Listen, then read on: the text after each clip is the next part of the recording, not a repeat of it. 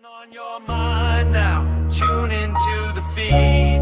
We're planting digital flowers from a single tiny seed.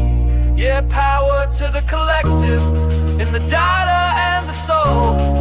The hive mind's getting louder, finding voice in control. Yeah, trying to find the right path sometimes is a struggle. A jigsaw in the dark, missing pieces, unknown puzzle. Blurry fuzzy pictures as the mind becomes clear. Fairy tale of a wolf, a boy crying, a near fear. Scribbling numbers, writing notes, a clue that you find. The hope being one day sharing them with the hive mind. Swapping and dropping the blue and swallowing the red pill. NPCs all around, distorted reality is how you still feel. Should you risk going alone down that rabbit hole, or ask the hive mind, see what else your big brother stole? Collective consciousness helps uncover any clue. Powerful ideas shared amongst the whole crew. And the best thing about it, transaction cost is free. Plop just a drop of water, more splash in a tsunami. Your mind now, tune into the feed. We're planting digital flowers from a single tiny seed. Yeah, power to the collective, in the data and the soul. The hive mind's getting louder, finding voice in control. That single ripple echoes, a signal in the sea. Unlocking every deadbolt, we forge a master key. They built the maze to break us, to keep us all apart. But every node connected is a brand new place to start. So dump your data stream here, your theories and your doubt. Let the pattern sniffers work, the hidden logic out. From a million different angles, we analyze the code. Lighten up the burden and we share the heavy load. The picture gets clearer, the static starts to fade. A brand new foundation by the collective has been laid. On your mind now, tune into the feed. We're planting digital flowers from a single tiny seed. Yeah, power to the collective, in the data and the soul. The hive mind's getting louder, finding voice in control.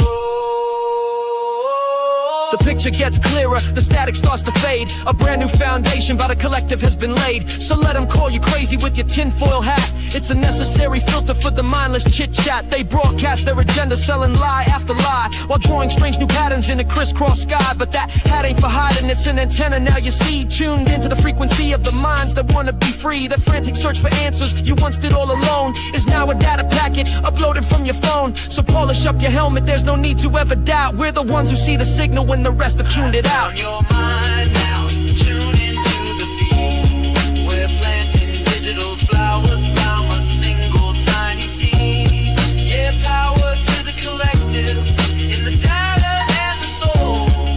The hive mind's getting louder, finding voice in control.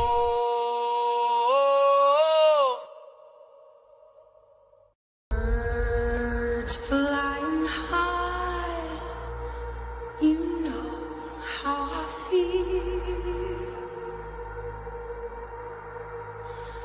Sun in the sky, you know how I feel. Breeze drifting on by, you know how I feel.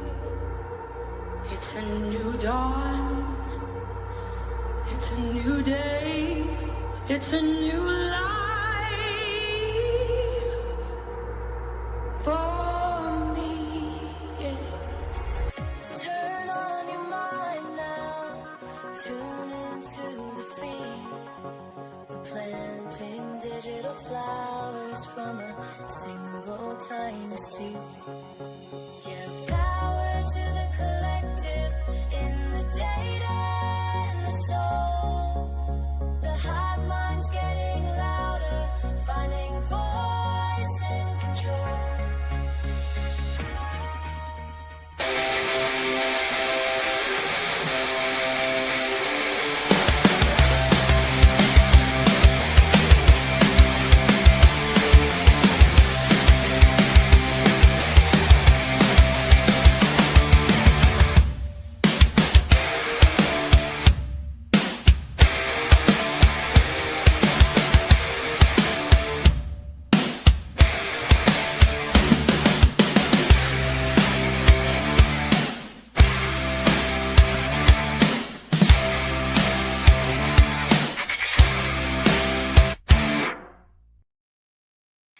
Good morning, Hive.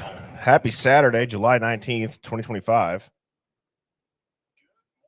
Got the audio coming in. I hope everybody had a great Friday night and your Saturday's off to a wonderful and relaxing start. I don't have coffee, but Mrs. Birdie bought these 200 milligram caffeine Alani things.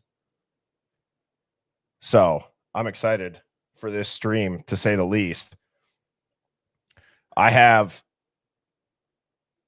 such an awesome video to show you all today that's going to tie in exactly what we talked about last night. And I'm going to give huge props to the creator that put this together. But before I do, as always, I got to say what's up to the best chat on the internet, the Hive Mind. Dom is in the house. And I do have the Berdino jersey on. For anybody that doesn't know what that means, I ordered a bunch of like Hive Mind and Birdie jerseys. And this one, I don't know if you guys can see that. It says Berdino on the back. I'm not really sure how. I don't know if it confused Birdie and then number 1, but I would have never put NO1. But like I said, that's what you get for ordering a jersey off a website that has the best pricing. So that's where Berdino came from. But who do we all got in here? We got Octavia, lucky girl. Good to see you. I got Dustin tonight.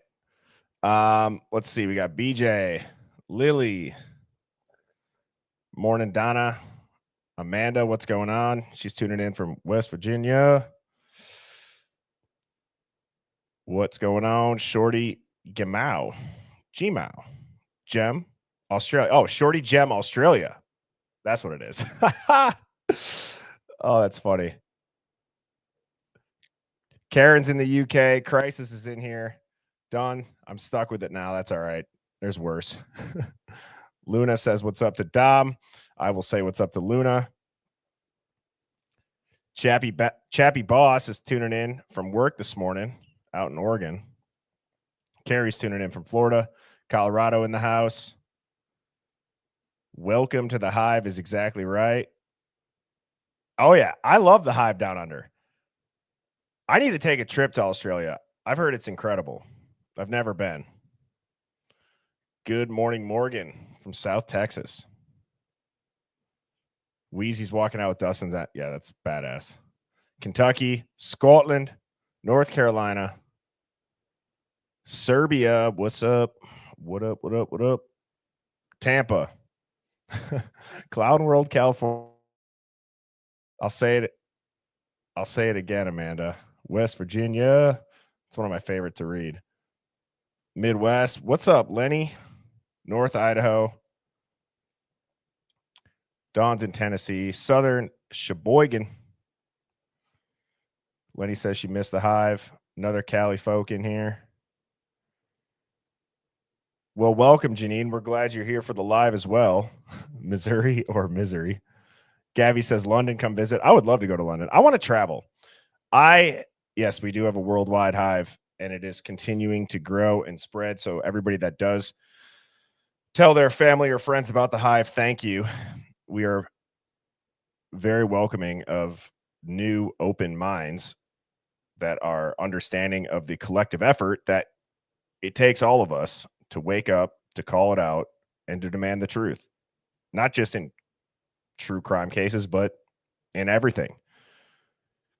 Can you guys imagine a world where you couldn't lie? Have you ever thought about that?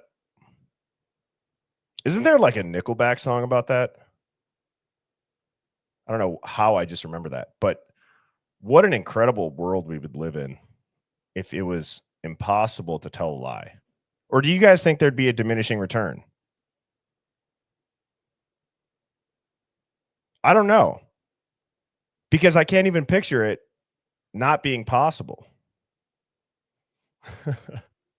Inside Your Bones says parents would be effed. Oh yeah, Nick just got it. It's If Everyone Cared. Great song. It would be interesting. I agree, Johnny.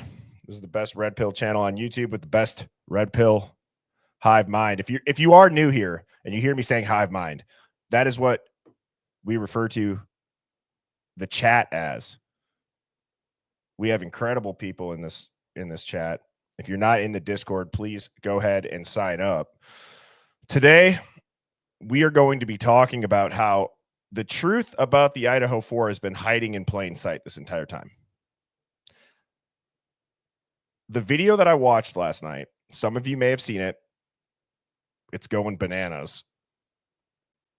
And I have it on a slide. I don't want to talk about it yet because I want to say a couple of things.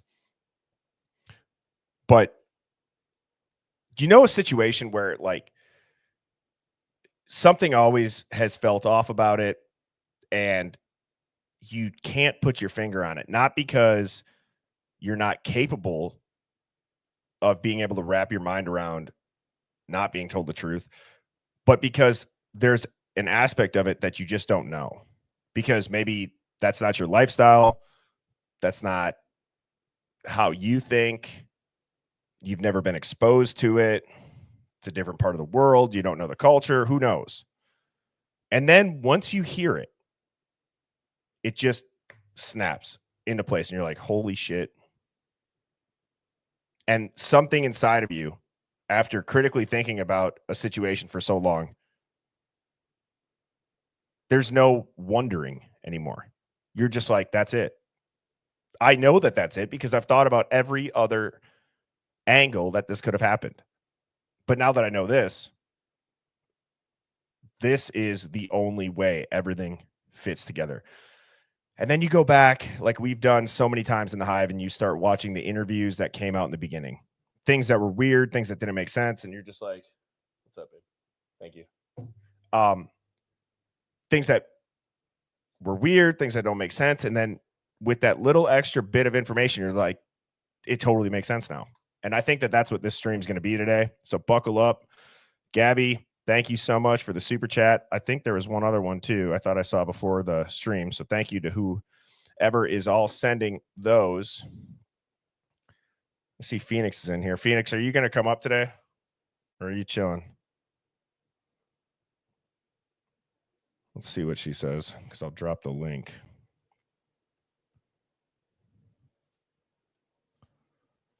Amen to that, Sherlock. And I am glad that you're in the Hive today.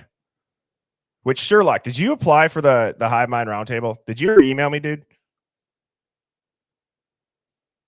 Hive, don't you think that Sherlock would be an epic guest on the roundtable? Because, Sherlock, you and I were talking about back in the TikTok days, even having you pop up. Let's make it happen, even if it's not the roundtable.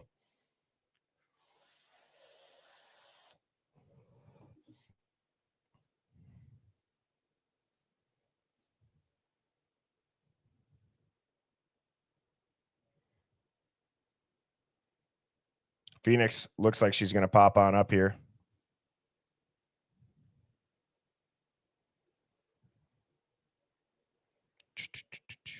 Also, too, one of the things while we're waiting that I want to talk about, because there was some confusion in the comments. So these live streams, they go live. They will automatically upload underneath the, I'll just show you guys quick while we're waiting because we got time for Phoenix. So let me show you guys this. Okay. So these live streams, if you're going to go back and rewatch, you got to click under the live tab. Okay. Then you can go see all the last full live streams. If you go to videos and you click on one and it starts to sound like the live, the reason why I do that is because there are some folks from TikTok that used to join the Hive that didn't transfer over, or there's people that maybe they don't have time for the 2-hour streams. So I do like a quick cut of the live stream. So I go through and I edit it without all like the sidebar conversations, and I just get right to the meat and the bones of it. So that's also good for anybody in here to know if you do miss a live. I try to have those videos be anywhere from like only 30 to 50 minutes so that you can, if you got to watch it on 2X before the next night's stream and catch up, that's what you can do. So I've been trying to do that, but I've also noticed there's people that are like, I've already seen this. And yes, you have already seen it, but there's a reason for it. So I just wanted to clarify that. I don't know if Sherlock ever responded to that, but Phoenix should be making her way on up here. While she is, today is the last day to apply for the Hive Mind Roundtable. birdieBombshell00@gmail.com. We have about 25, 30 people that have applied for it so far, but the more the merrier. The ask that I would have if you're chosen is about 75 to 90 minutes, somewhere quiet. You don't have to be on camera. I can get you set up with a profile picture if you'd like. If you do want to be on camera, that's obviously best case, but there's no pressure for that. And I would just ask that it's quiet and that you could have an uninterrupted hour and a half. So the first one went really good. I am very excited for this one. The Discord, I've been plugging the Discord a lot. I know Dawn's all over that. I don't know where Phoenix is. Oh, Chantilly Lace with the resting biatch face is in here. That's not mean, everybody. That's her actual username. All right, here we go. Here's our girl, Phoenix. What's Gucci, my Louie? Good morning. Good morning. How are you? I'm doing well. And I am really excited to get into. Oh, and we got Terry in here. What's up, Terry? Did you get my email? Hey, Terry. Did I get your email? Yeah. If you didn't get my email, go and read it right now before we begin. Oh, I'm reading it right now. That's the kind of night I've had. Classic. Yeah. I think that that's going to tie into what we're going to talk about today. But this is an extremely important stream because Hive, going back to the TikTok days, not to keep bringing that up. Yesterday, I think, was our official 2-month anniversary on YouTube. So thank you to everybody who did transfer on over. But here's what I want to say. I hope that, it's gone pretty quick, and I'm excited for the future here. I think we made the right choice, Phoenix, making the transition over here. Cool. Oh, thank you, Penny. Now, here's what I want to say. I'm happy that you found us as well. It is a great vibe. The Hive has the best vibe. So here is what I want to say. The power, like the whole power to the collective, the power of looking through every lens. Do you know what the benefit of that is? The benefit is that you can check off things that don't make sense as well. Well, So I while say eliminate the bullshit. Yes, exactly. I don't even know if I believe this story about Thomas Edison he invented the light bulb. He's like, he tried 10,000 ways. And then he had the most stoic quote ever. He's like, well, I found 9,999 ways to not make one. And it's it's kind of corny, but it's damn, that's a great perspective to have. And so, we went through, one of the things that I went through was, okay, who's outside the box as far as could it have been a welder? And then I looked into the whole ritual thing. Thank you, Dawn. Yes, I have that on the next slide. And we went through the ritual thing. We went through WITSEC. We went through PSYOP. We went through everything. And then, you know what's so weird, Phoenix? It almost seems like it's a little bit of everything. And I'm gonna get to that. So without further ado, and Phoenix, you can answer these questions as well when you're up here. I think it'd be fun for the guests to answer it too. But this question of the day from the Discord thread comes from Cat's Mojo. Why did you enter the world of true crime sleuthing, and how do you juggle editing, posting with a full-time job, business, lovely wife, and dog? And I would say that entering the world of true crime sleuthing and going all in on that, I'm not going to say it was an accident, because I've told the story about how I got banned from the computers in high school because I was looking up 9/11 inside job, and the school officer came and removed me from our study hall, and I got lost all my computer privileges. And so I've been this way my whole life, where I've always looked into stuff. The official story, and I also had somebody ask me how I got the name Birdie. I know we have some newer folks in the Hive, so I'll explain that too. I have a liquor company called Birdie Bombs. If you've never heard of it, it looks like a box of golf balls, but instead of golf balls on the insides, it's shots of liquor. So if you golf, you know that everybody calls it birdie juice or swing sauce, aiming fluid, whatever you want to say. They got a name for drinks on the course. So my company is called Birdie Bombs. Launched that during COVID, and I've been doing that. Well, I on my personal TikTok page before, Birdie was a thing. I was watching the Gabby Petito Brian Laundrie thing and the American Murder Mystery on Netflix. I posted a quick hot take about how I don't think Brian was ever at home. And I think that was all his parents had planned that with the lawyer, and he had 11 days on the run. If you guys remember the scene where the cops walk up to the Laundrie family residence where the van's in the driveway and the cops like, is Brian here? And they're like, no, we're not going to talk to you. We want a lawyer. So I posted that and I'm like, oh shit, I posted that to my business TikTok. Mrs. Birdie, I have to give her credit because she said, well, why don't you leave it up there? Because it had like 5,000 views. And she's like, maybe somebody's going to be like, well, what's Birdie Bombs? And I'm like, okay, yeah, that's, maybe it's like, guerrilla marketing, right? And I went to bed and I woke up and it had like 2.1 million views the next morning. And it got all the way up to like 9 million views. So I just thought, okay, well, I'm going to just convert that business profile because there wasn't many followers on that. And I'll just make that mine. And that's where the name Birdie comes from. So instead of Birdie Bombs, it became Birdie. And I just started posting pretty much everything that I've said in the past to my friends and family onto the internet. And I've met incredible people along the way. Now we are here with the Hive, and I couldn't be happier on how it all worked out. And I think it's always way more fun when things in life happen kind of unexpectedly and you just kind of lean into it, and it ends up being such a fun ride. Now, how do I juggle editing and posting with a full-time job, business, lovely wife and dog? Well, I couldn't do it without Mrs. Birdie, and I'm not just saying that to be corny.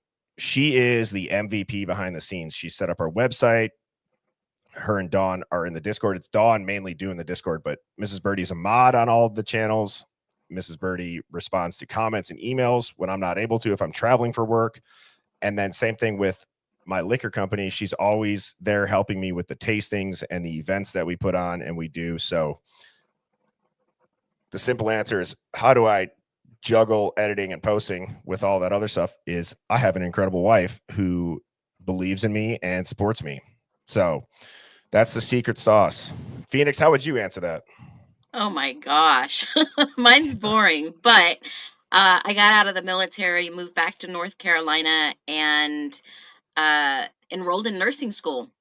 And so I was busy during the day and I needed to find some income because books and it's not cheap, especially when you're a non-traditional student and you have 3 kids.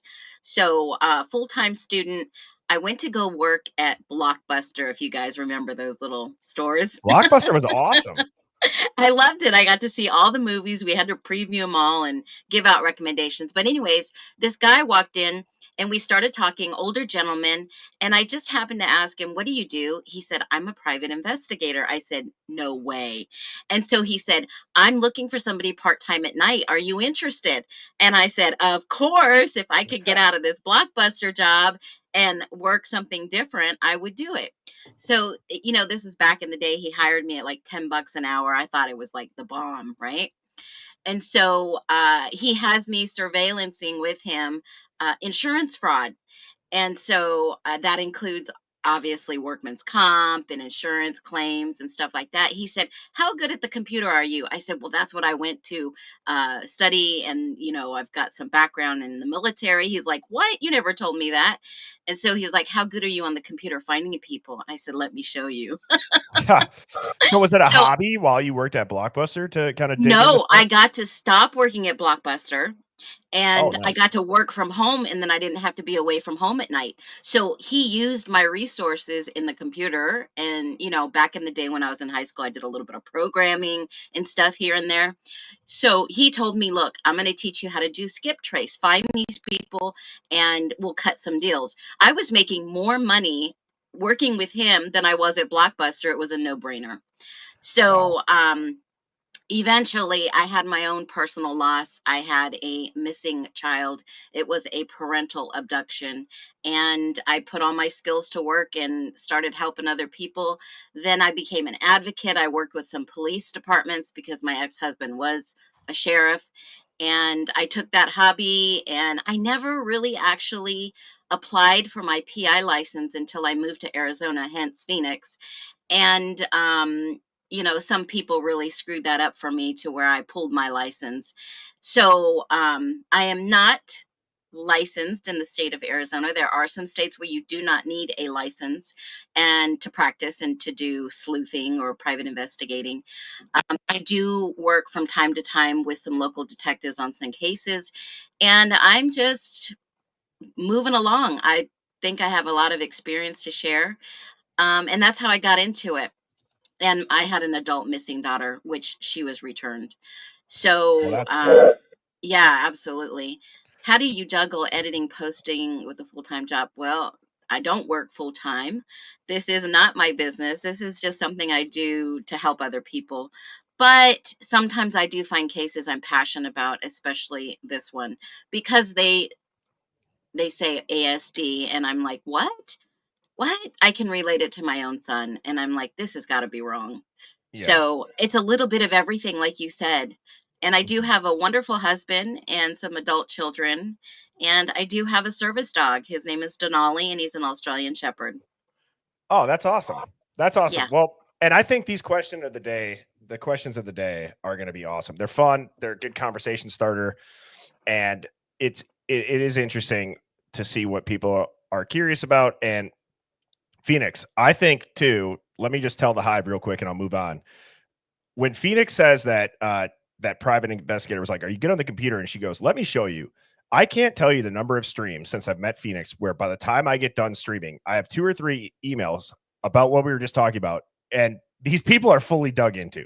Okay, so she is extremely talented at that and quick and fast, and it's whatever access she has is very accurate. So to move on, and thank you for the question of the day. Like I said, you can submit those in the Discord thread. Dawn just made a new thread for that. So um, just go on and submit the question. Anything goes within reason. And yeah, we'll pick one each stream. Now, I know this slide is from yesterday. I'm doing this as a refresher. Okay. So I don't see a situation where the Idaho 4 case, and this is just my opinion, I don't see how the Idaho 4 murders happen without some sort of drug or fraud or something went bad with a network of people that aren't afraid to make you pay if you mess with them. In my genuine honest opinion, I don't think that um I'm not going to say that college kids aren't capable of doing it because they could have been the college kids that did it, but I'm saying I don't believe that somebody just out of the blue would commit that violent and heinous of a Heinous. crime Mhm. and then also have the craziest court case ever follow it. I think it would be closed and shut if it really just was a college kid or Brian Kohberger that just snapped, murdered them. It wouldn't be a 3-year case with all these wild sealing and redactions. I've said that. So I have a relatively heavy video clip stream prepared for everybody today, but I just wanted to touch base on this to kind of get everybody's mind kind of all on the same page here. This was an interesting video that I watched last night before bed. It's called How to Spot a PSYOP. Now, we're not going to watch the whole thing. I'm going to fast forward to 1 or 2 parts, but this guy talks about the top 4 or 5 things that you need to look for. While they're very obvious to people like us, I want you to think about people in your life who they couldn't spot a PSYOP if their life depended on it. You know what I mean? So go ahead, Phoenix. No, I was just laughing Oh, yeah. because I mean, I have people in my own family that are like awake, right? That are like, wait, something doesn't sit right. But then I have someone that says, huh? What do you mean? Yeah, exactly. So I'm gonna copy this. I'm gonna get it up in a different browser so I can make it bigger. All right, let's see here.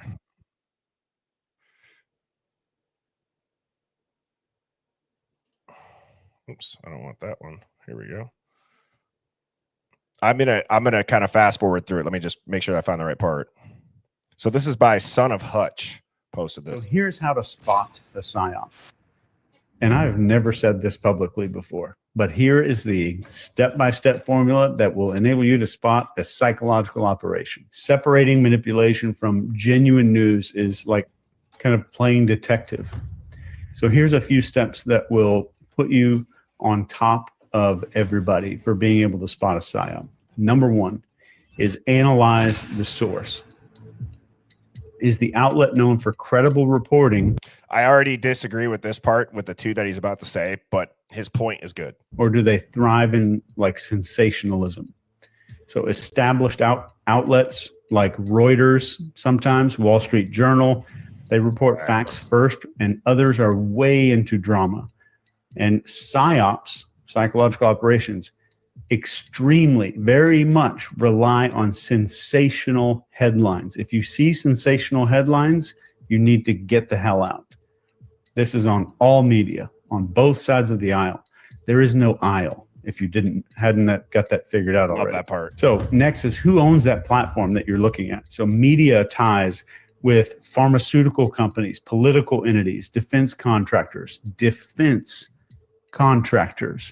I dare you to look that one up tonight.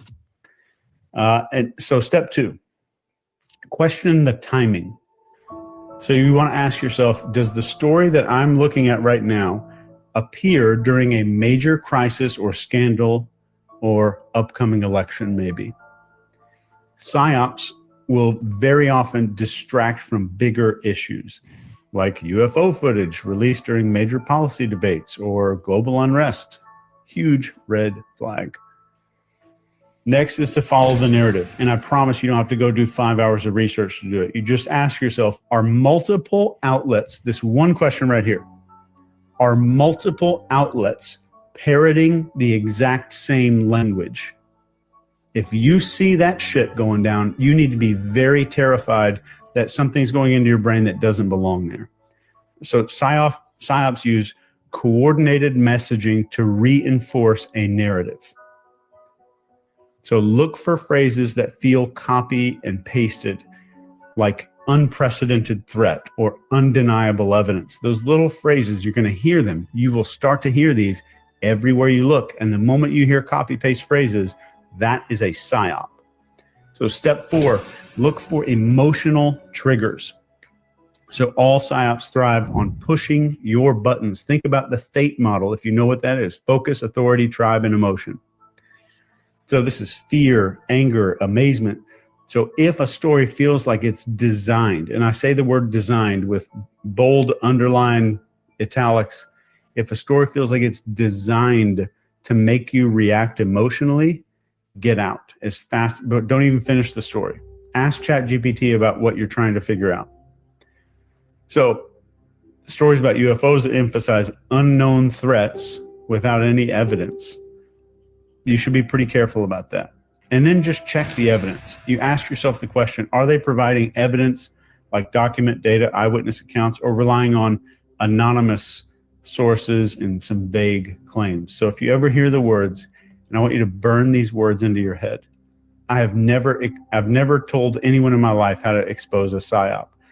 But if you do all of these at once, you will never be manipulated. This one question. With that stuff going on, I need to ask, is this going to expand government control or justify new laws? That one question. Yep. Well, what I'm saying, expand government control or justify new laws. Okay. Analyze coverage patterns. So psyops all the time dominate the news cycle and they drown out other stories. Real news coexists with other reports. Let me say that again. Real news coexists with other reports about stuff that's going on. If one topic is everywhere, while major global events get completely ignored, you're in the middle of a psyop. Next is look for follow-ups. This is it. Yep. Real news evolves with new updates. Real news evolves with new updates. PSYOPs fade once they've served their purpose. I'll say that one more time if you're taking notes.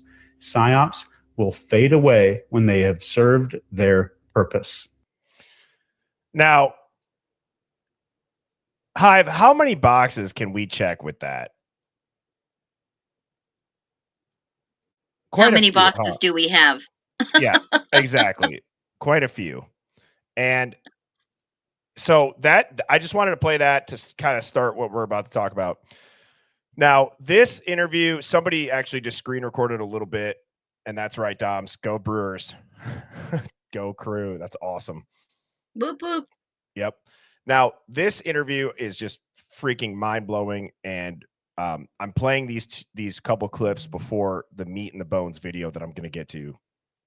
That is probably the video that whatever the highest recommendation is for like make an hour and go watch this today at some point is coming up. So let's get through these and let's break these down. But this is just, I don't even know what to say about this interview. Also, look at Steve's face here. I know. Was sexually motivated. I don't care what Thompson said. They've got a plan for him. They've got a job role for that man. And it's not every day that you get somebody who wants to be a police officer, is dying to be a police officer, is literally talking to them every single day about how he was going to be a police officer. It's not every day you get a master's degree in criminology that is going to go into prison. And they're going to leverage that. That's what they're interested in. They're not interested in him being locked up in a, 23 hours of, solitaire where he's not going to be able to have any influence. They want him to go in there and actually have influence and work with them. And that is narrative planting. That is narrative planting to a T. You have a victim's parent telling you the cops are going to use him. Think of how insane that is. What if they were already using him? That's what I'm saying. He's making it seem like after the fact, but that's probably what was happening. I want you guys to listen to that again. Influence. They want him to go in there and actually have influence and work with them. And be a resource for crime fighting in the future. Yeah. That's what we've been saying. His fantasy was to be an officer, or the earliest one was like a Green Beret or something like that, a Ranger. So this guy's had like these grandeur visions of himself since he was just a little kid. And I think one of the first things he told the officers when they arrested him in Pennsylvania was like, Also, I don't know what little kid doesn't go through phases of saying like, oh, I want to be a soldier, or I want to be a firefighter, or I want to be this, I want to be in the NFL, I want to do that. That's normal. How would Steve know that about him? It's just odd. And there's only a couple seconds left of this, so I'll let it play. Get a cup of coffee. I'm working on my criminology PhD, and I'd like to interview you. It's like, this guy wants to be a cop or wants to be somebody of importance. He always has been, and that was part of the reason why we were trying to get them to take that into account and not plead with him. Don't give him the position of power. Basically, dictate the terms to him and say we're not going to accept this unless you prove who you are. Still fascinated. What did What are your thoughts on that? What did he mean by always has been? He's been important. He wants to be of importance and always has been. Which is What interesting. does he mean by that? Did he get caught? Was he being investigated? No. What is going on?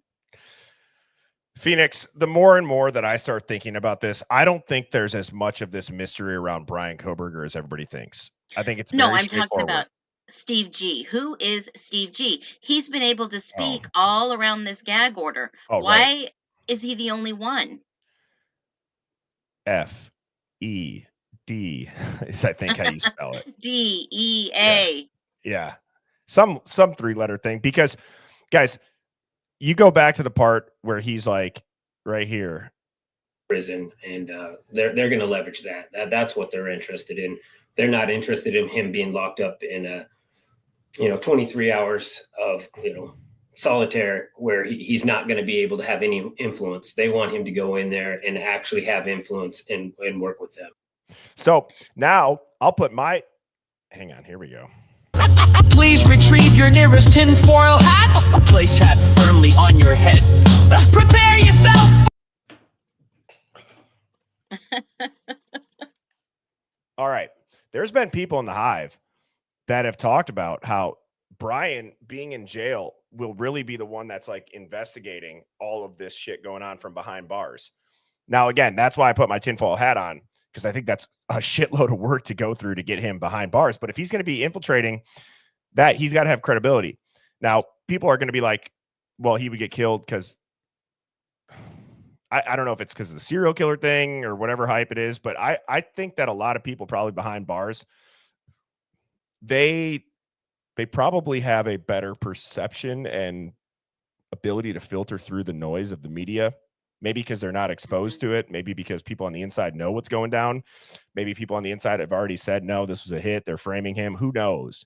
But the fact that a victim's father is going on and saying that they're going to utilize him, they want to let him have influence on the inside. They wanted to make sure he's not locked up for 23 hours a day. Again, my spidey senses go off.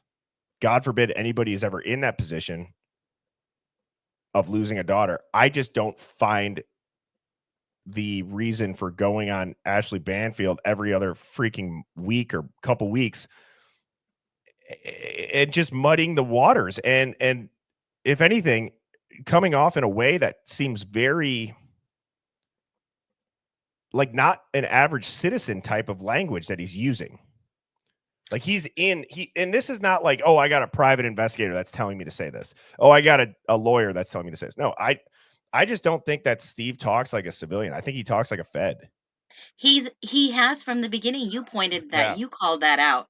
And it is. He talks like, how does he know all this information? We knew that before the police did. We knew this, and that makes me think that he is either that three-letter agency, because his PI didn't get that information first. No. And so I just wanted to show that part. Okay. If I let a lot of people know about very good content that other creators put out. To put it simply, this is the best Idaho War video I've seen ever. This is by True Crime Design. It dropped yesterday. It's an hour long.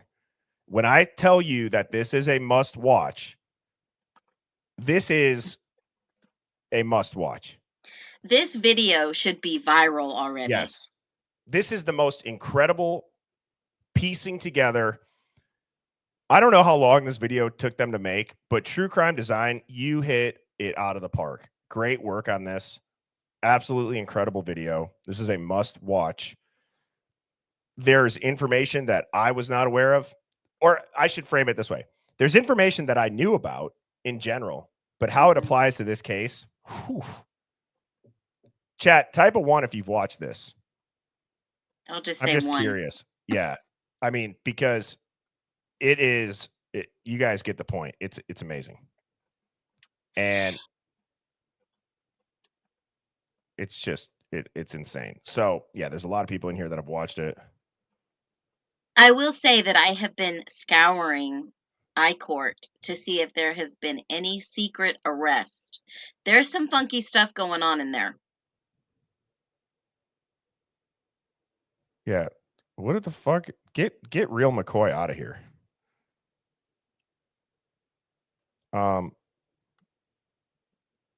So anyways, thank you, Donna, for the super chat. I appreciate that. The summary of this video is essentially tying how nobody in this case is talking. And it goes into the history of like the mob and how I believe like the Sicilian word was omerta. And it means, you're bound by silence or death. And I'm going to play a little bit of this. There's some clips of it. So here we go.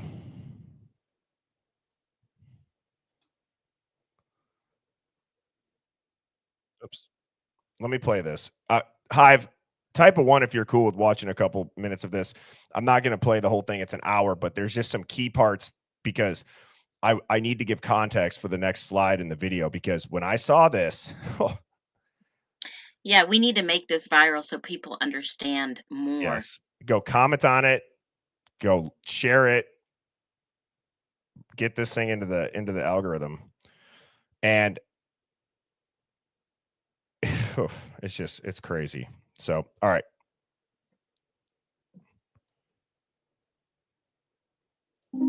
Omerta is a Sicilian term for a code of silence, honor, and non cooperation with authorities, particularly in the context of organized crime. I don't know nothing about that. You need to go no further, just say nothing else. This is what I'm telling you, what I'm exposing to you and the press and everybody. This is my doom. Omerta is a piece of shit if you don't agree to it. If you don't agree to it, it's nothing. Okay, but what is it supposed to be? It's supposed to be silence. What are we told? We're told that no matter what happens in that life. But I said that it's a double-edged sword. Can't have your own interpretation of Omerta. It is what it is. Omerta is you never talk. I'm not saying it is what it is. You can't talk. Period. Originating in southern Italy and most commonly associated with the mafia, the concept of omerta has spread to other organized crime groups, serving as a crucial tool for maintaining secrecy and protecting members from prosecution.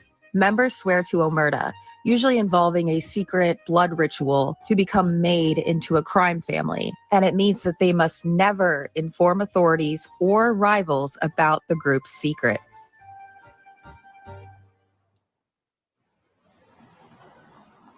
When you take that oath, this is what my father's opinion was. Michael, I don't care who betrayed me. I don't care who ratted on me. I don't care how bad the life was. I took an oath, and I couldn't live with myself if I betrayed that oath. I don't care what anybody else did. That's it, and I'll live this way until I die. Did you do anything for the family at all in this time, or did they just do things for you? Just go out, kill for them. You'd go out what? Kill for them. The code is so strict that anyone who speaks to police or their families are marked for death and torture. To enforce omerta, the mafia used fear-based psychological tactics, such as the constant threat of violent retribution to ensure silence. By discouraging dissent and forbidding cooperation, omerta effectively breeds an us versus them mentality, further binding its members and strengthening the social structure and hierarchy within the group. Criminals operating under the Code of Omerta exploit and leverage family bonds by threatening and targeting the family members of rule breakers. The case of Tommaso Buscetta, a high-ranking mobster who testified against the Sicilian mafia, is an example of this type of intimidation tactic. After mafia hitmen killed his brother, two of his sons, and various extended family members and close friends, Buscetta walked away from the criminal organization he'd been part of for nearly all his life. A key informant in the largest mafia trial in history, Buscetta was among the first to break omerta and explain the mob's inner workings, which led to some 400 convictions. His family was systematically wiped out before he broke omerta, highlighting the extreme measures taken to enforce the code and punish those who betray it by violently murdering. Now, Rich Buddy said it's a foolish theory, Italian mob, none of them are Italian. It has nothing to do with Aryans at all. I had the same thought. This video goes in and describes how it has become a hybrid thing, and they show it's just wild. So, Rich, if you haven't watched this video, I would encourage you to give it a watch. Like I said, so you guys get the whole point about what that is, like the bound by silence. But I want to show a couple of things here. I'm going to start clicking around a little bit.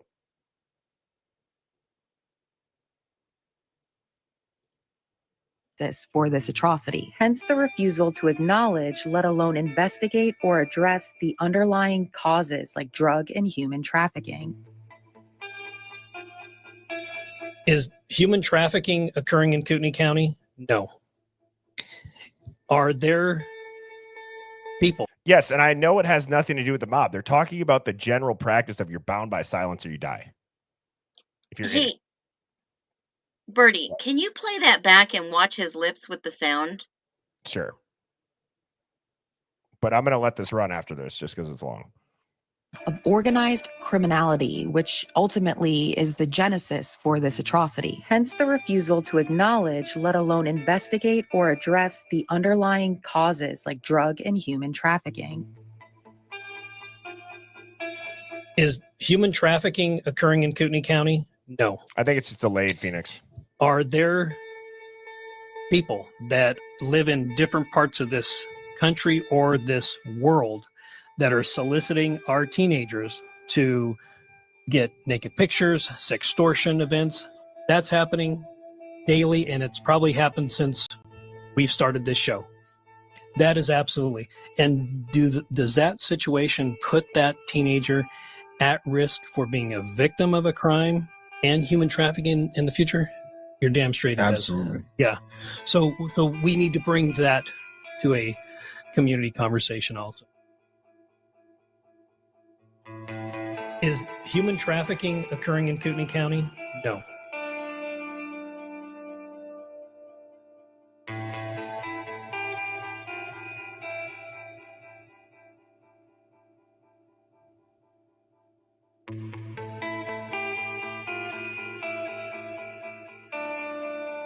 Please don't get distracted by the conspiracy theories, and I'll just be perfectly blunt. The nonsense that some people put out there just to stir the pot, that hurts the families all the more. That hurts the community all the more. That's a dead giveaway to, hey, there's some shit going on. Everybody stop looking into it. We're going to call you conspiracy theorists until we're blue in the face. You saw it with George Bush down on ground zero. You hear it all the time in the media with the COVID shit, with God knows what else. And now don't let these outlandish conspiracy theories. Why would you have to say that? If it's so straightforward, there's no conspiracies. Well, they don't think that we're going to find out that 2 of those college students' families are involved in the drug trafficking in the area. So this part of the video explains it. This is interesting. There's this other thing we were talking about, man. There's I don't know anything about it. It's the first time I ever heard of it, man. A group called Unveiled up there. Oh yeah. They're actually pretty big right now. And are they Italian? Are they white, Mexicans? Well, Tony Phelps, Joe Kelly, and Nugget, they started a group in the joint called Omerta, right? Rich, this is the part. It was originally a bunch of just white boys, gangster white boys from Snohomish County, which is north of, about 30 minutes north of Seattle, right? So it kind of just started off as like a little clique, a bunch of boys from, the 425, the Everett, Snohomish County area, and then it kind of around 2011 is when I started to notice a lot of AF dudes, like my boy Roland Virgil. He was AF, but he had Omerta tattooed on the back of his neck, because all the Omerta dudes had Omerta right on the back of their neck between their shoulder blades. Right, that's where they got it. And so I was like, "Hey, dog, why the fuck you got? Why you rocking that?" He's like, "Oh man, I'm kind of trying to make it a hybrid thing." And I was like, "What?" Yeah, right. And I was like, and at that point, that's kind of when I was like already kind of losing my whole fucking luster about the whole AF, because like here this young kid. About a year later, I'm in the hole, and I hear some talk about we might be going and having some beef with the Omerta dudes, right? And I'm like, for what? And because some guys were leaving, going to Omerta, blah, blah, blah. I think Omerta was kind of becoming a little bit more popular because at that point, a lot of AF dudes were like, a lot of the original dudes were getting poked up and stabbed, right? And getting forced out. So that didn't make us look good. One, who wants to fucking join an organization where you're just going to end up getting forced out in 10 years? So we were already, the family was already struggling at that point. And, you know, and then around 2013, I had already dropped out at that point, but 2013, 2014 is when the AF and the Norteños went to war. So from 2014 to like 2017, it was head up on site anywhere you went, Norteños and AF. Well, that right there pretty much wiped out the AF as far as numbers. All because anytime you get certified as AF, they're sticking you in the hole. So, you know, there weren't a lot of guys on mainline anymore. And, you know, I think that's kind of when Omerta just kind of took over, man. And so last I heard, they were kind of running shit. I don't know if that's still true. Probably not. Maybe it is. I don't know. But were they they're a much more violent group of individuals. And So then I want you guys to watch this part. And like I said, I won't show the whole video, just a couple clips, and then this is crazy right here. Question how they could have definitively arrived at this conclusion unless they were framing Kohberger. Based on the information we have, it's not off the table that the victims were shot either. Take this audio clip discovered by Bubbly Waters and Pavarotti. At 3:44 a.m., someone racks a firearm and then slams the trunk closed. A couple minutes later, they head towards the crime scene.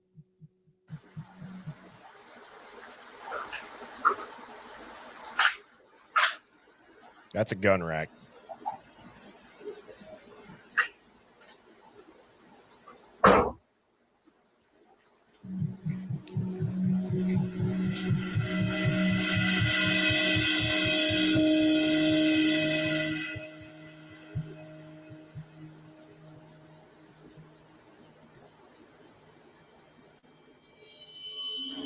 Insane.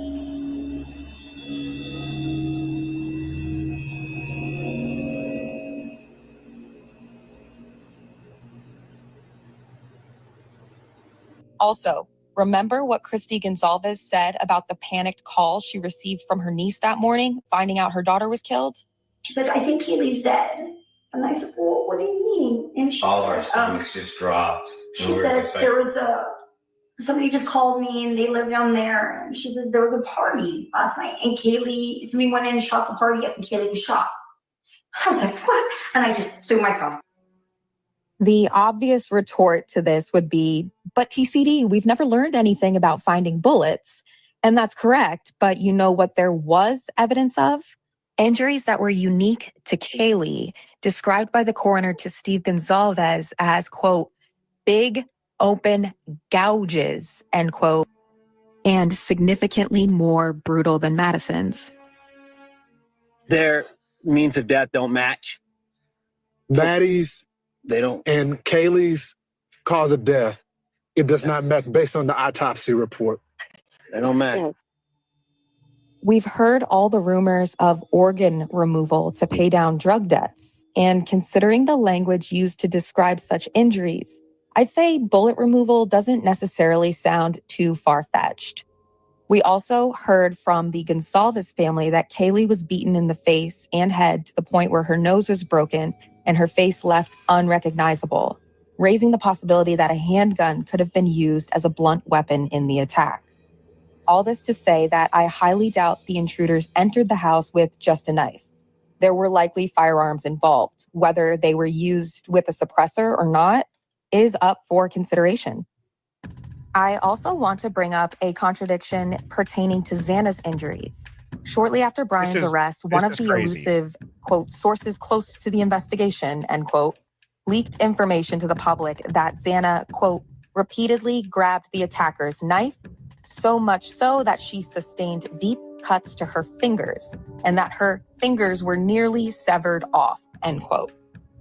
Just like all the information disclosed to the public in this way, this statement had a purpose pertaining to narrative control. However, there's a contradiction here as indicated by forensics expert Joseph Scott Morgan. And I asked if any of the victims had been slashed. And she seemed to be very clear that these were all stab wounds. But these sources are saying that, Ethan had been slashed, that his neck had been slashed, and that was the original injury he received. I guess the same question for you. Can those two things still be true? Can a coroner consider a slash a stab? Not only is the injury to the neck a slash, allegedly, according to this person, but these injuries that you're talking about on the hands, these are going to be incised wounds as well. Not necessarily slashes, but this is as a result of grabbing hold of the blade and pulling it through the hand. These are not stab wounds. I can tell you that definitively based upon my experience. So yeah, there probably are some stab wounds, but that information is, you need more clarity here. Given these inconsistencies, I can suggest that maybe these weren't defensive wounds, but rather mutilation to send a message. The act of cutting off fingers in the context of cartel violence carries specific meanings, including punishment and warning, intimidation and psychological warfare, and symbolic messaging. Specifically, cutting off an index finger might signify punishment for informing authorities. All of these themes line directly up with what we've been talking about and are supported by the timeline and criminal procedural history of Xana's mom. So I can suggest that that information was put out there by law enforcement and disseminated by Ashley Banfield as a means of damage control. Exactly. Okay, so now, and like I said, you guys can go watch that. That is by True Crime Design. Unbelievable work. Now, I want you guys to rewatch this and tell me if this makes more sense now. Let's say if Steve or somebody related to Steve had snitched and Kaylee was the debt that had to be paid, does I paid that bill make more sense in saying that he sent his daughter to college to get an education, she came back in a box so he can speak on it? I don't know how that shit works. Obviously, I'm not in any of that, but in my head, and I could be way off, my thought is, okay, the hit was done. That bill is paid. I can now talk about my daughter being killed. I'm not talking about necessarily the other shit. I'm talking about her and only her. That's now the light that this might make more sense in.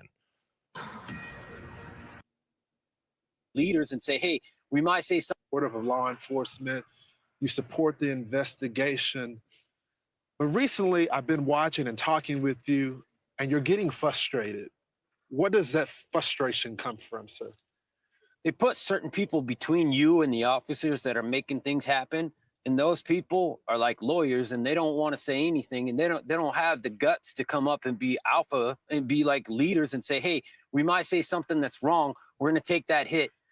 So the officers, they look me straight in their eyes. The lead detective looked me in his eyes. I have no doubt he's working as hard as he can, but somebody isn't communicating. There's nothing being released. It seems like they're trying to suppress the story. We want to put rewards out there. Like, don't do that. Yeah, I get it. Your town doesn't want to have reward posters posted all over when you come and you do your rush. You're not going to get a lot of students if they see those things. But this community is not going to heal until this guy's pulled off the streets. It ain't going to happen. Think it through. It's not going to happen. He has to be off the streets. We all are working for the same thing. When was the last time y'all heard from the police? Thursday, we looked at our phone records. We want to be accurate. We don't want to sell anyone out. About 3 o'clock on Thursday. And did y'all get it? We don't want to sell anyone out.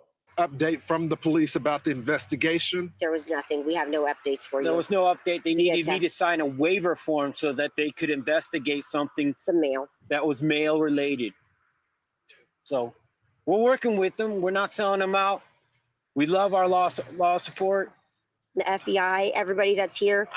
We just have no information as family, and it gets tough day after day after day. I mean, every day you just wake up and think today's the day. We're going to hear something, and you see these, there's a break in the case, and it'll just be something stupid. The sixth person on the lease that was never there. Stop playing games. This is serious. These are people's lives, and this is the future of this community. There's going to be 10,000, 15,000 kids that come into this community next year, or they don't. So I'm serious. I had the opportunity to speak to some of my sources, and I've been told that there were differences in the way that the victims were killed. Some were more severe than the other. And this week we heard the target attack walk back and then reverse it back to it being a target attack. What can you tell us about the targeted attack? They have told us that it was targeted, but they told us they can't tell who. We asked specifically, and they said, we'll try to get that information to you. And they got back to us a day or so later, and they said, we're sorry, we can't give you that information. But then a day later, we saw in the news that it was not targeted, or they think the whole house was targeted. But I'll cut to the chase. Yeah. Their means of death don't match. Maddie's They don't. and Kaylee's cause of death, it does not match based on the autopsy report. They don't match. Would indicate that one of them. He doesn't have to may go have up been the target. steps. Let's stop playing games, guys. I need somebody to step up and be an alpha. Be somebody to be a leader. Don't make me do it. I don't want to do it. He doesn't have to go up the steps. Their points of damage don't match. I'm just gonna say it. It wasn't leaked to me. I earned that. I paid for that funeral. I paid for that. It's my right. You ain't taking that from me. calm down. If you don't want to say nothing, that's your bet. But don't say I'm leaking anything. I paid that bill. Sent my daughter to college to get an education. She came back in the box, and I can speak on that. I was also. To me, I've always said that's a code. He's talking through the screen to somebody who's watching. Yeah, absolutely. And it's not Brian Kohberger. No. And you know what just dawned on me? His brother Nathan is in prison in Washington. And I don't know if anybody else is aware of this. In the repository in Washington, there is a past case with Christy, and I believe Steve is on that case. And you can go look up in the repository. They were trying to get some type of protection order against his brother Nathan. And this makes me think that now Nathan is in prison. He has access to where these guys are in prison, maybe allegedly part of that brotherhood that operates all the way down into Moscow. And if he had anything to do with this, then Steve would be specifically speaking about, we've not betrayed anyone, we've not told anyone. And that's just something that ran through my mind while watching that. Yeah. And I'm gonna go to the tinfoil hat conspiracy of the day so that when I edit this, we can go right. I can just upload this part, and then we're gonna do a Q&A here session. But real quick, moving on. If you haven't seen this, this is also crazy about just the world that we live in. You look at this is Jeffrey Epstein. This is then Andrew Jackson. It's literally the exact same thing. You talk about they put it in your face, they laugh at us. Look at what we know. You guys, we're all in the club. You're not. Take your ball and go home. Scram, you little peasants, you dirty Americans. We don't need you. You're just another cog.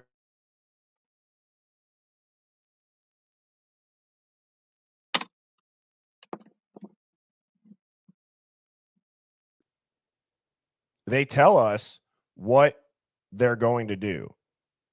And I know that I just froze there for a second. I should be back. Mm-hmm. So, anyways, this is crazy if you haven't seen that. But and you know something, Bertie, real quick. Kaylee was interested in true crime. She actually reported that she saw that missing woman, and then 3 weeks later, that missing woman ended up in a lake in her car. And I'm wondering if maybe Kaylee was obviously onto something that she picked up in that house. Yep.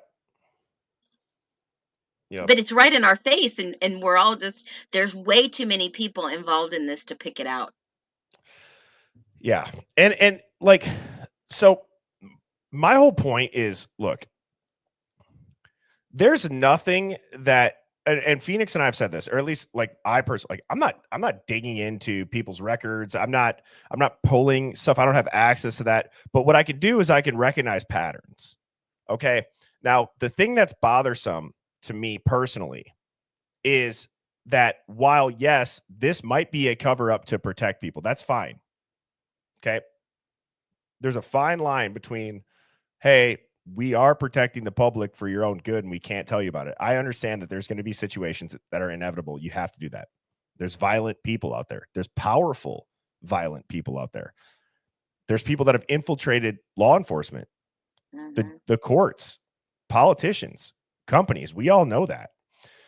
But what gets me really upset is how people can't wrap their head around that this is possible. You know, I see a couple people in the chat that are like, there's no evidence of cartel involvement. There's no evidence. He admitted to this. It's like, okay. At this point, if you're still thinking that way, not just about this case, but in general, because something tells me that you probably think about everything in that manner, then there's no hope. It's just like, I don't know what to tell you. If you haven't woken up by now that what we get told as the public is not always the whole truth, and that there's something bigger going on in the background to accomplish something else that's bigger, I don't know what to do, because we're sitting here, we're showing you this. And if you want to say there's no evidence that there's cartel involvement, well, okay, there's no evidence that Brian Kohberger was in the house. Bill Thompson stands up and says, we can't put him in the house. We can't say that he had any connection to the victims. We can't even say that he intended to go there and kill all of them. There was trace DNA that should have been forensically unavailable to be tested. There wasn't enough. And you look at some of the other DNA that's under Maddie's nails, and Brian's in the middle of the list. Ethan had the highest. Then there was another person above him. Then it went Brian, then two others underneath him. And so my question to people that are like, but he admitted it. Guys, they've done crazier shit than put the perfect loner criminology PhD in a position to take the media heat while they take down a giant drug and fraud network in that area. As we know, this is on the DOJ's website. Freaking Pam Bondi's talking about it on the White House lawn about, you have the Sinaloa cartel that went down in Eugene, Oregon. You have the JJB case that the same day Brian Kohberger randomly out of the blue takes his plea deal, that case gets finished off. You go and watch that video, True Crime Design. If you watch it with an open mind, and I hate even saying that because people are like, oh yeah, just a YouTube video. Like I said, I don't know what to say to convince you that this stuff's possible, but like I said, they've done crazier shit than put some loner criminology student into a small rural college town where there's a bunch of foot soldier Greek university students running drugs to them and laundering their money. As I've said, they've taken down 2 giant towers to get us into a war where they lied about weapons of mass destructions. And then you have our soldiers guarding poppy fields, and it leads to the biggest opioid epidemic in our country. You have the Gulf of Tonkin. That was a lie. It never happened. That ship was never attacked. Millions of people died in Vietnam because of that. There's so many things that are like, you have to wrap your head around that the technology exists to fake a multi-victim attack and make the world believe that it happened to accomplish a bigger agenda. Psychological operations are very real. They're very serious. It's not to say that nobody dies. People do die. Same thing with false flags. People die, unfortunately, in those. But it is set up, state-sponsored, accomplish the goal for the greater good. And it's disgusting. I think that it needs to stop. I think that people need to learn how to recognize it. People need to learn how to call it out. And then the worst part about it is we have people in this hive, myself, Phoenix, any of the guests that I have on, that are sitting here with a slide saying, look at this, explaining it. And the only thing that people can do is just parrot what the mainstream media can say, where they have how many ex-CIA people that are now talking heads. They have how much funding from defense contractors, how much funding from pharma companies, how much funding from politicians and NGO groups. It's all out there. If you can't put those together in your mind at this point, it's the simplest time ever to wake up.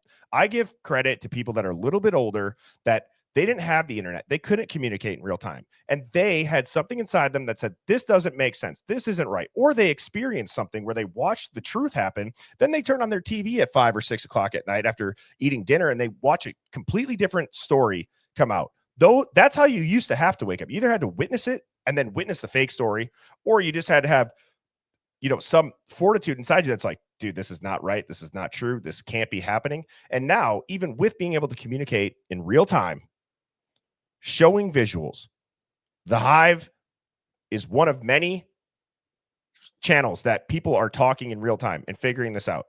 And if you still can't wake up, I would highly suggest to stop drinking tap water, decalcify your pineal gland, stop mouth breathing, and start tuning in to channels like this and other alt news, because your entire worldview will be flipped upside down, and it's going to be for the better.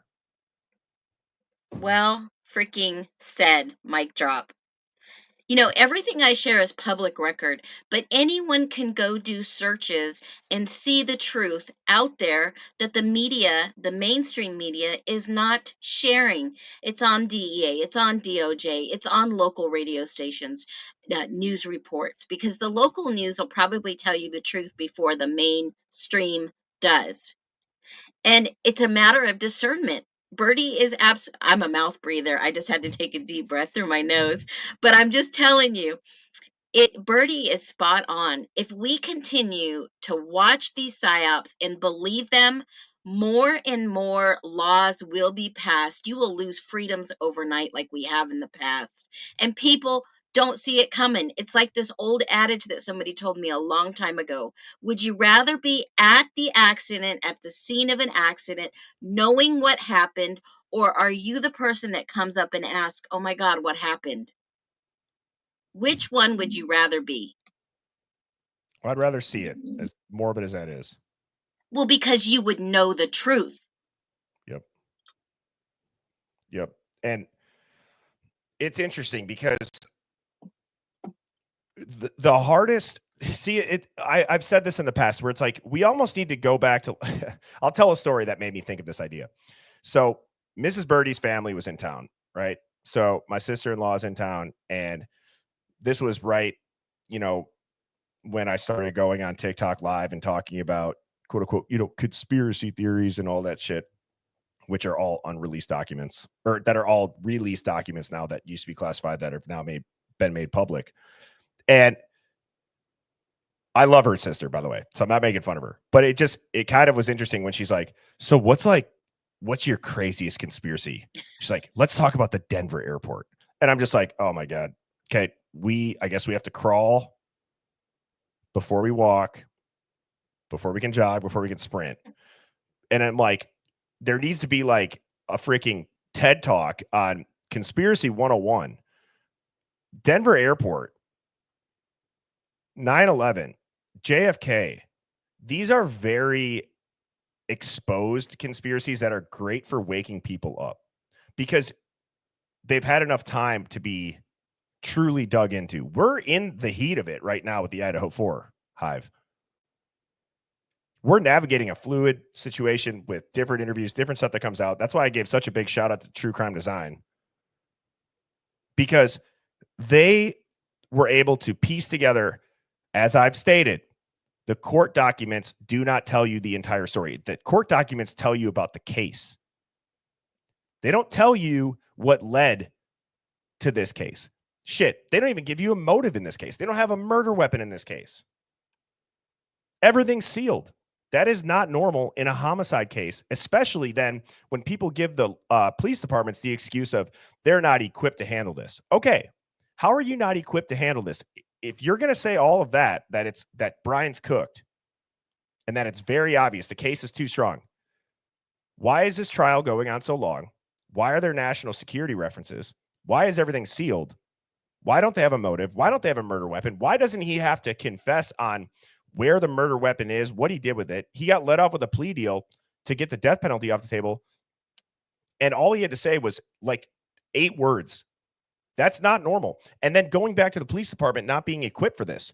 If you go off the narrative, this was a single intruder who hated women because they're beautiful, that ordered a knife off of Amazon, that went into the house at this time, and his car is seen on camera. He stabbed them all to death.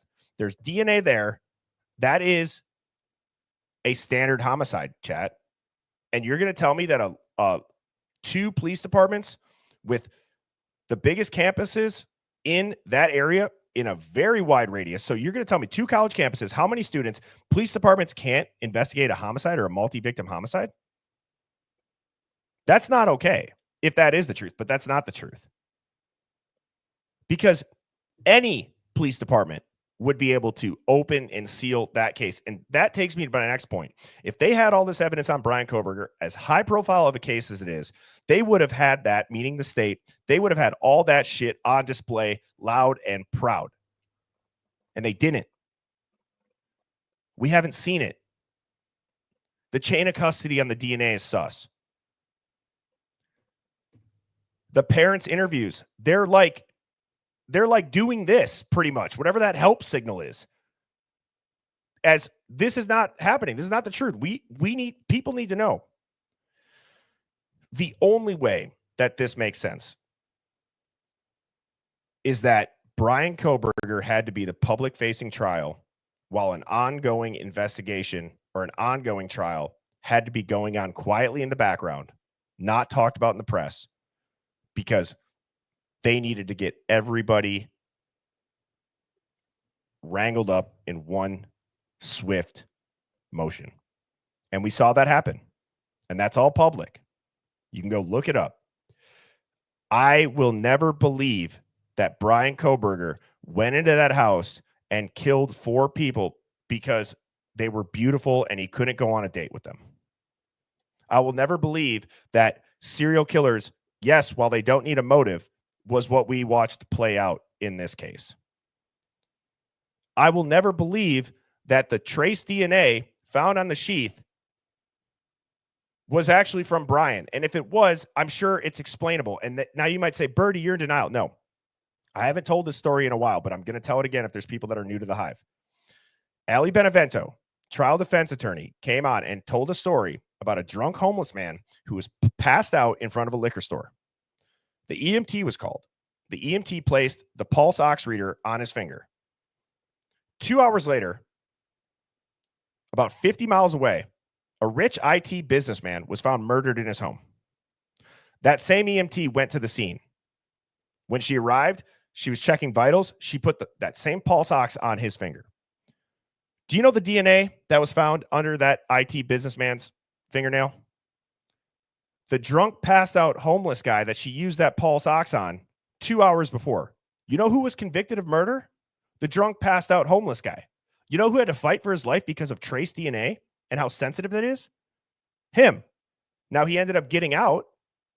But what I'm trying to say is that touch DNA and trace DNA is so fragile.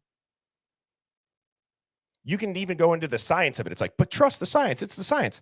Well, do you understand the science? Everybody who says trust the science doesn't know the science. And I'm not saying that I'm some expert, but I do know that depending on the materials of that sheath, DNA in general can only last so long. If it was brass, if it was leather, there's different timelines. There's different time frames. Where's the body cam footage of the first pass through? Do you see the sheath? Or was that sheath placed? Did they know, holy shit, this is a hit? Hence all of the wild shit with the delayed 911 call. We have to get people in place. We can't tell you who was targeted, because if we tell you who was targeted, it's going to be obvious why they were targeted when you look at their family. And I'm sorry to go on this rant, but it's hard because I've looked at so many theories. I've looked at so many different lenses. I've listened to everybody in the Hive. And when I hear somebody still say he admitted to it, I just can't. I can't listen to it. To each their own. I haven't ranted about it. Feels good to get off my chest. God help you. And let's hope that you're never in a situation like Brian Kohberger is, because you wouldn't want people to look into it and seek the real justice for it. Birdie's a little feisty today. I think it's that 200. I think it's the 200 milligrams of caffeine in that Alani. I'm starting to smell colors at this point. I just made a protein coffee, and I'll tell you, last night I was up digging deep, and thought, this is like what we're being told doesn't sound right. But what they are telling us is all these different stories. And it's just a cluster F at this time. It is, because now we all don't know what to believe, because there are a lot of players on here that are saying all this crap that we already have covered. And we're like, that doesn't make sense. Let's move to the next theory. Let's move to the next thing. Yes, and with the people on the ban field, what they're going to talk about, that true crime video, the true crime design video, when you watch it, is, yeah, it's not unrealistic to think that there's like quote unquote foot soldier or low level dealers that have been infiltrated by these networks. Correct. Who knows if they were told to carry out the hit?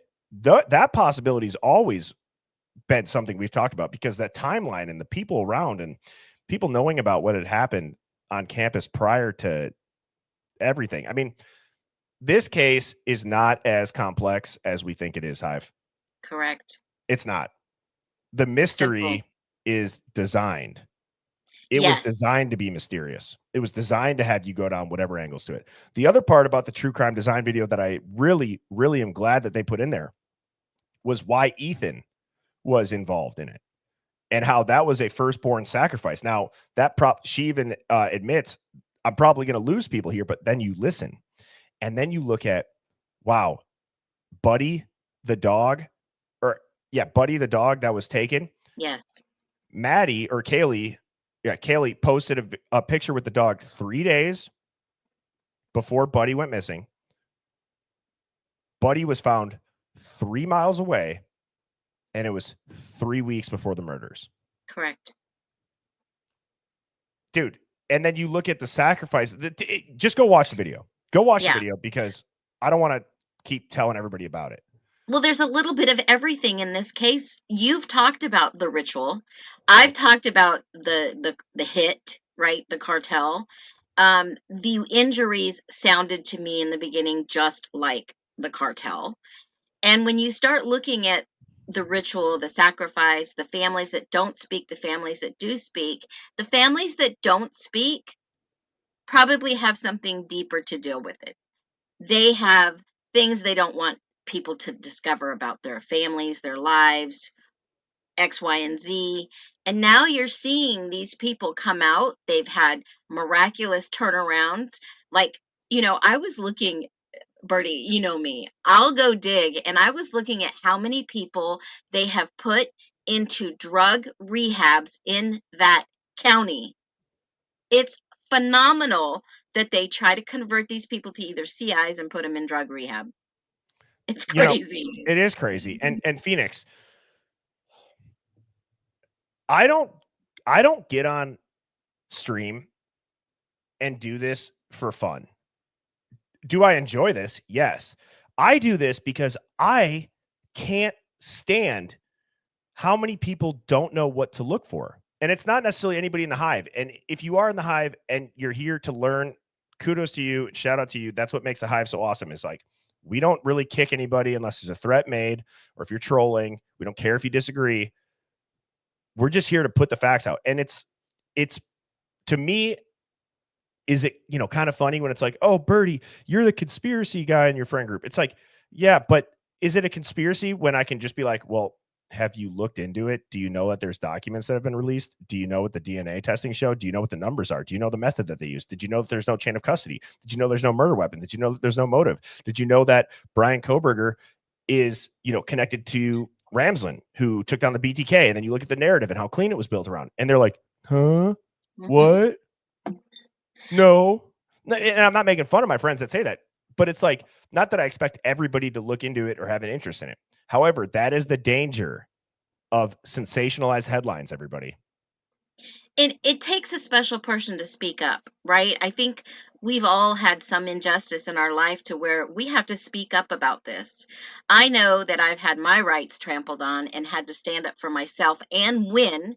Now, I'm not patting myself on the back, but everyone who's experienced some little bit of injustice, whether it be their family member, a friend, themselves, or seeing somebody like the underdog have a lot of injustice done to them, is when people come out, step out of their shell and say, we've got to do something about this. Now, I'm not saying we're trendsetters. There's a bunch of people that have come before us that are massive trendsetters. We are just tiny little people here giving our opinion and speaking the truth. Yes, and I want to know too. Speaking, somebody just said something about SG and the footage of the Ring camera. I want to know, is that footage missing now because you would hear a gunshot? I want to know who leaked all this footage, because there was no official FOIAs. The police department has not shared anything. The FBI, everything is sealed. Are these people that are leaking the Linda Lane footage All in on it. tired of the lies? Are they the one that see the corruption and it is telling the true story? Or has that video been manipulated in any way to tell a different story to have us believe it? Those are the questions I want answered. But, Bertie, for me, it's not about clicks, views, or likes. What's important is the information getting out there. I don't Yes. care if one person sees it and starts thinking, wow, what are we being told? Are we being shown different things? Or a million people watch it and think, oh, half of them say, oh, they're crazy. They're going to get in trouble. They're speaking out again. It's a freedom of speech, and we have the right to share publicly what we find. And we're never going to, I shouldn't say never. I would like to think maybe one day, unless you're going to follow the classic path of, the talking points. If you're going to be an alt journalist, you pretty much just have to do it in a first person on your iPhone, front facing camera, and repeat exactly what the news says, just in a way that feels like more natural. Like, wow, look at them. They're on the ground and they're using their iPhone and they're just on a walk. And they're like still saying this is an unprecedented attack, blah, blah. They're saying the same shit. And, that's why my hope for the Hive, when I think about what is the goal of it, it is what McSparky put in the song. It's like power to the collective, because we are living in a time right now where we have a finite time frame where, while the internet is censored, yes, and while AI algorithms are working against certain topics to shadow ban, we still can do this right now. We're still doing it right now. And we have the ability to spread this information far and wide. And the world is going to be a better place when real people are in positions of power all over the globe. People who are there to serve their community and have no hidden agendas. People who, they don't care about a payday. They care about a quality of life for everybody. They understand that the actions that they do will affect other people. And I'm not talking about the politicians that get up there and they make all these false promises and then they don't do jack shit. I want to know too, when the people are going to have all said, we've had enough. And I don't know how we're not there yet. We get stepped on and get our faces shoved in the mud. I'm not trying to go down this whole Epstein thing, but I want to talk about that Tucker Carlson guest the guest that Tucker had on that Sammy T showed, where it's like they're lying to us. They don't care that it's a lie anymore. They know it's a lie. They know that nobody's going to believe us. The lie is a signal to those that did it that, hey, look at how far we're going to go. Look at how stupid we're going to go. Look at the trust we're going to lose in the people to cover for you. We're not going to talk. We are bound by silence. We don't care if people know this is a lie and it's bullshit and it's sad. And you start to think back, how did we get to this? How did we get to this spot? What do we do to get out? Well, we do things like we start the Hive Mind. I would encourage other people in the Hive, start a channel, start a stream, speak your mind. Don't be worried about what other people are going to think of you because you have a different opinion. Start the hard conversations with your family and your friends in social settings. That's the only way to spread the word, is absolutely just not on social media in these channels, but in person, in your community. That rant and going off on it, it felt good. And now my question is, what are we going to do about it, Hive? So my ask is speak your mind to your friends and family. Do it respectfully. Listen to their points. Don't make it personal if you disagree with them. Don't name call them. Have patience. Take a breath. Have receipts ready. And just let them do with it what they will. Because eventually they're going to start to wake up. Drop the seed. It'll Yep. start. It'll become a plant. And you know, Bertie, you are spot on with this slide right here. There was no murder, no motive, no murder weapon, no confession. Exactly. No confession. Know your rights. If you did not do something, know your rights. Exactly. And that's another thing too. And thank you, Sky Blue. I agree. And there's plenty of them here in the Hive this Saturday morning, or I guess Saturday afternoon. Knowing your rights is not something that should ever be up for debate.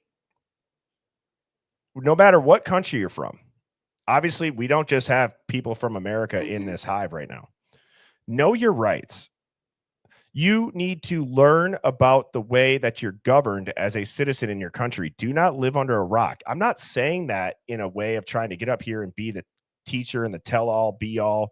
You need to do this right now. But what I'm saying is that if we don't know it, like, let's say this. Let's say you don't know it, but then you're never going to be in a situation where it would even matter if you know them. But maybe somebody you know is, and they don't know it. You then can tell them, hey, this is not right. And then it stops that chain reaction. Because a lot of times people only learn about their rights after they're in cuffs, in an interrogation room, gave a false confession, and are now sitting behind bars with legal fees coming out of their freaking mouth because they're stacked up so high. And there's limited options. Absolutely. But you know, it's not just about your constitutional rights. Know your state's constitution. Know your state's rights. Then look at, especially in the United States, other countries, they have certain laws and procedures. Know those too. But it's so important, like Bertie says, know them before instead of after. Stay silent. I know Bertie talks about that all the time. Don't say a word, because that anything can be used against you. Even if it's the truth, they will find a way to use the truth against you. Exactly. And it's not saying that you be disrespectful to law enforcement officers. I have the utmost respect for people in the service or cops. And the unfortunate reality is there is something that happens to people, and not all of them, but it does happen, where I'm going to use an extreme example here, but you look back at like the Nuremberg trials. Okay. The defense of I was just doing my job, that's out the window. I was just taking orders. That can't be a reason for it. And while there's maybe situations where, yes, that's a reasonable answer, but when it's against innocent civilians, when it's against your own people, and it's going to take somebody like, I don't know how to say it, because it's going to take somebody who understands there's not Democrat and Republican, at least in the US. While those two parties may exist, they are two wings on the same bird that is nosediving head first at light speed right into hell. There's never been an aisle. It is all, if a conspiracy is just that powerful people behind closed doors are going to make deals and shake hands away from the public to avoid scrutiny, then call me a conspiracy theorist. Because that's what we watch happen. It's give and take. How can you help me? I can help you. Let's not tell the public. Let's do this behind closed doors. Let's get the deal done. Nobody's going to know. Think of all the money you're going to make. Think about how happy your shareholders are going to be. Think about the book you'll be able to write. It bothers Very me. true. It bothers me that our own people then will fight against us, not even because they have a different opinion, but I feel genuinely that it's because they don't understand. It's not a matter of being right or wrong. I'm saying, can't we all agree that none of these people, very few of them, have the people's best interest in mind? Policy related, chemicals in the food related, chemicals in the water related, the quality of education related. I'm also convinced, man, I'm on a roll right now. That caffeine has me going. But I'm also convinced too that a lot of the big giant political problems that have been force-fed down our throats, that this is an impossible problem to fix, is a bullshit excuse. It's an impossible problem to fix when everyone trying to fix it's compromised. That's what it is. Yeah, and let's just throw some money on top of that. Sherlock is right. He's right. Let's just give you some more money. I mean, if you think about this case and you look at the players, even Scott Green, the president of the University of Idaho, was brought in, no experience in managing college, academia. And then you look at his salary, 400 plus a year, and his background is finance, and he owns a private company. This crisis happens, and immediately he writes a book to sell to other colleges on how to deal with this crisis. I'm blown away. Was this really about these 4 individuals, or was it about how to make a quick, fast buck? Always follow the money. And the other thing too is this. It's like the unwritten rule of understanding that people in power are never going to be held fully accountable. Because I don't know how I feel about being able to have the resources to hire. This has nothing against the attorneys, before I say this, because they're obviously very skilled at what they do. But you shouldn't be able to get away with a crime that's rock solid just because you have the resources to pay for it to go away. That's always bothered me. The big time show trial attorneys that can wow everybody, make it a trial by media, have the press release. There's a blank check waiting for them. Everybody, and then sometimes as a community or as a society, we think that it's like, wow, that's impressive. Look at they beat the case. Like, is that cool to beat a case? Mate, I mean, yes, maybe it is cool to beat the case, but if you're really guilty, I think it's just kind of effed up. And for him, for Kohberger to sit there in a court of law and plead guilty to yes and no answers, and the prosecution defending him, really threw me for a loop, Bertie. When you start looking at that, why is the prosecution defending him at every step of the way? I don't know. They have got to know he did not do this. So what is the cover up? What is the real story? And I think a lot of people are getting to that point where they know he's innocent. All this evidence is circumstantial. What is the real story? I hope a lot of people have gotten to that point by now to know that he is probably innocent. Yeah. Yeah. And a lot of people are now engaging. What do you mean he didn't do this? How could he possibly have done this? How? Tell me how and convince me otherwise. Exactly. I mean, you don't have to have an associate's or a bachelor's or a master's or a PhD at common sense, but show me how he did this. If you can convince me that he did this, boy, you win. Oh, well, I think that was a great Saturday stream. Hive, I will be live tomorrow evening at 7 Central. If it changes, check the Discord. I believe that Sammy T Mafia has her internet back, so she was texting me last night seeing if she could come on over the weekend. So there's a good chance that tomorrow night Sammy T will be on. But like I said, I would encourage everybody, go watch this video right here by True Crime Design. I hope you have a great Saturday, safe Saturday night, and I will be back in the Hive with you all tomorrow evening, 7 Central. Cheers, everybody. Bye, Bertie. See ya.